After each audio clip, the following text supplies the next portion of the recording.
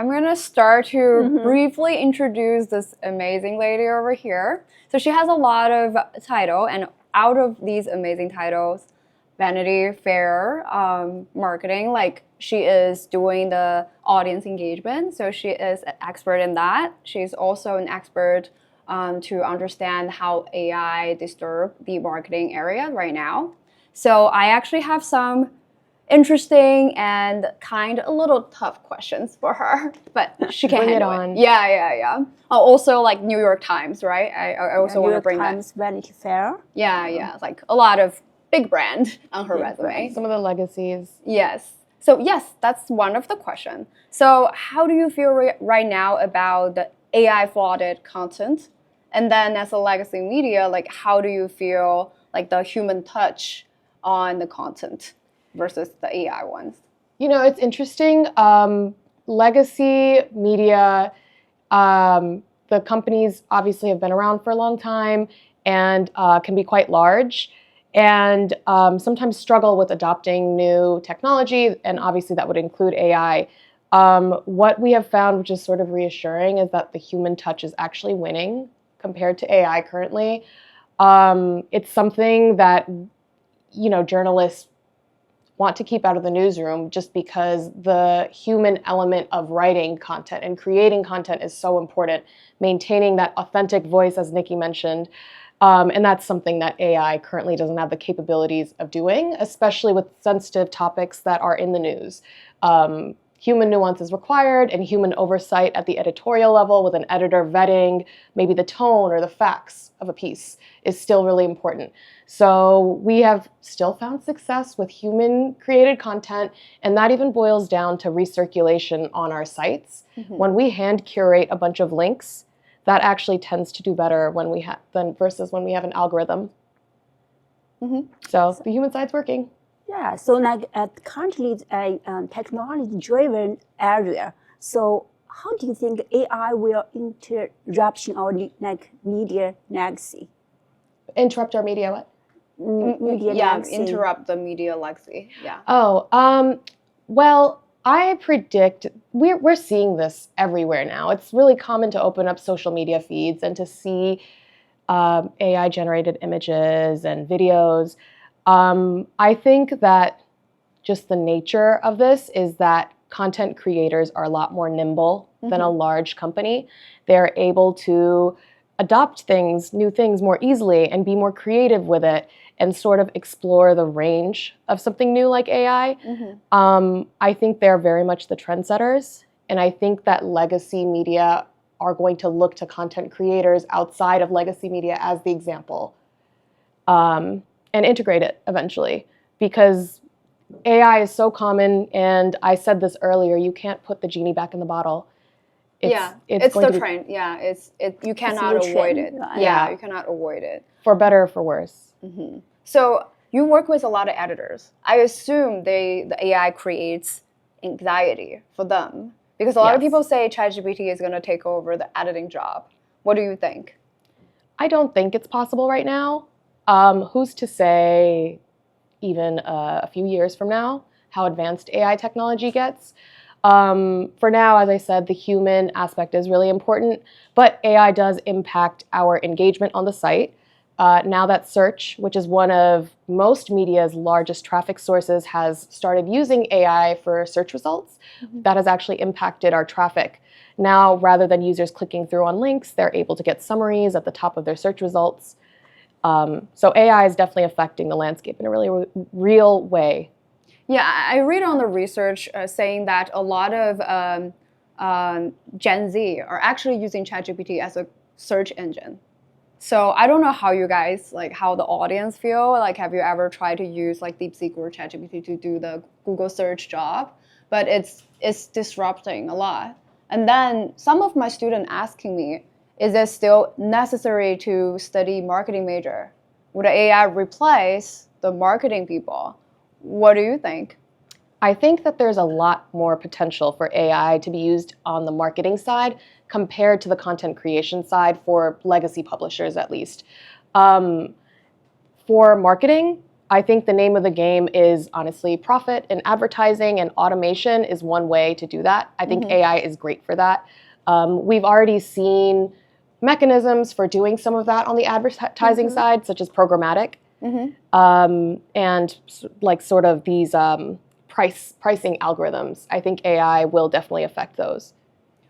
So even with human, there are like fake news, fake information online, but with AI, it's just even more. Yeah. So do you see like the media company trying to do something about it, like regulates the AI content, things like that? That is a great question. It's definitely been impacting things in a big way. We've seen it in our politics, of course. Attitudes have been changing. I think that we have seen large platforms such as Google and Facebook go from freely allowing this stuff to be dispersed on their platforms to then kind of coming under fire from politicians and being pushed to regulate. And now we are actually seeing a swing in the other direction where under the perhaps pretense of free speech, we're once again loosening those regulations. Oh. Yeah.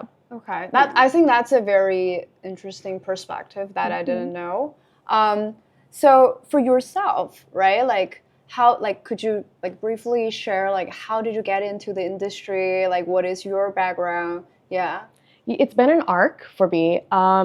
So I initially started on the advertising side of the media business. So was very much separate from the editorial side that I now work with.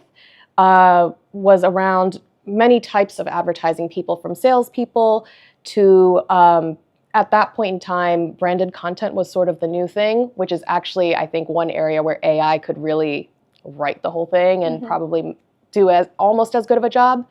And from the advertising experience that I gained, which was working with revenue numbers and profit margins, things that are sort of, I think, universal to any field, I was able to cross over into editorial and bring some of that analytic perspective to our editorial strategy and our content strategy. So what do you think the difference when you work in the editorial side and the advertising marketing? Well, one of the biggest concerns with editorial is preserving the voice of a brand and our legacy brand in this case. At Vanity Fair, being such a long-standing magazine, there's a lot of vetting that goes into not only the type of content that we publish, but the tone and how we want to broadcast it, how quickly we even want to broadcast it. Often we're resurfacing old content that might be relevant. So I think that is a big consideration that is maybe not so relevant to marketing. Yes. So how do you manage that different jobs and like different role in a different size?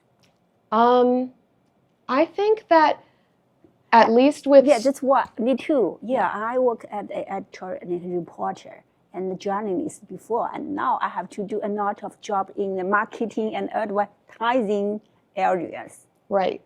I think that strategy is one thing that crosses over to a lot of departments. I think, and I'm biased as an analyst, but I do think that if you have some grasp on how numbers, might change trends over time, you can move from one side of the business to the other. Yeah. And at least at large companies, often legacy publishers, the bottom line is relevant. What's the return here? If you can justify that, then you can get a lot of things done.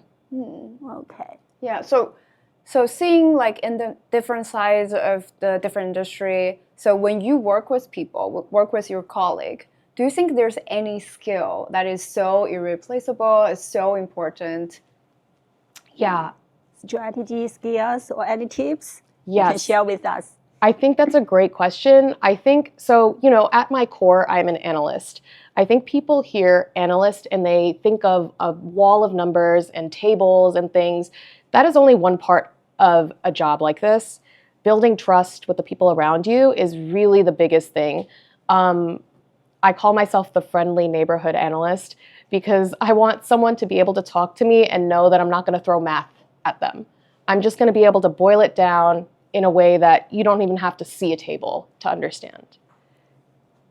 Amazing. Yeah, Yeah. So amazing. for young people who want to get into the industry, do you have any tips, any suggestion? You know, I think advertising is a great place to start. I think you have the opportunity to be creative if you have those skills. I think you have the opportunity to work with, you know, hardcore revenue numbers if you're more numbers-driven person. In sales, you will learn how to talk to people, and it's like alchemy. You can just push that into any other side of a business after an advertising or marketing experience. Yeah. Do you also think the marketing skill, that's how I feel like as an entrepreneur, at the end of the day, if you want to start your own business, marketing is a skill you have to have. Yes. Right? Marketing, promotion, and branding skills. Advertising, finding the right influencer to advertise for your brand. Those are the things you work daily, right? Yes. You know, it's one thing, and now on the editorial side, which I sit on, it's one thing to write the content. It's another to broadcast it so that people can access it easily. Just as Nikki was saying, to make something so niche and specific, we're thinking about that for our content too. We're search engine optimizing it. We're making sure certain things are in the headlines. It needs to be findable or no one's going to know about it. Okay. Yeah. Is it possible to share how to make it findable? Yes. SEO is one of the first things I think any content creator should be thinking about. There are some basic rules, and it all depends on what Google, the largest search engine, of course, recommends. So front-loading a personality's name, for example, if you want to talk about a politician, Donald Trump, if you want to talk about a makeup brand, Maybelline, put it at the front of your caption, the front of your headline. If you're covering an event, put the name of the event with the year. So Met Gala 2025. That small detail can get so many more eyes on your content. Okay, so today would it be EliteLink, Elite Spotlight 2025, May 24th? Yeah. Right? Yeah. Okay. And also I want to ask you a question for our new graduate student. Like if they want to find or apply for job in a big brand like New York Times and like Vanity Fair, that magazine. So what should they do? What should they prepare for themselves? I think the biggest thing you could do is connect with a human being on the other side of the application. You're sending an application to a giant office building and somewhat large departments, and things get shuffled around at these big companies. If you can find one person on LinkedIn to respond to you, you can now ask some insider questions. That's an amazing tip. Connection, right? You mean connection and do a lot of research on social media. Yes. Well, anywhere you can connect, I think, and make yourself look like a human being and not a resume, you will automatically be ahead. Amazing. Yeah. Amazing. Thank you for your sharing, and we will bring you welcome. back for the panel. Okay, Thank great. you. Thank you for sharing.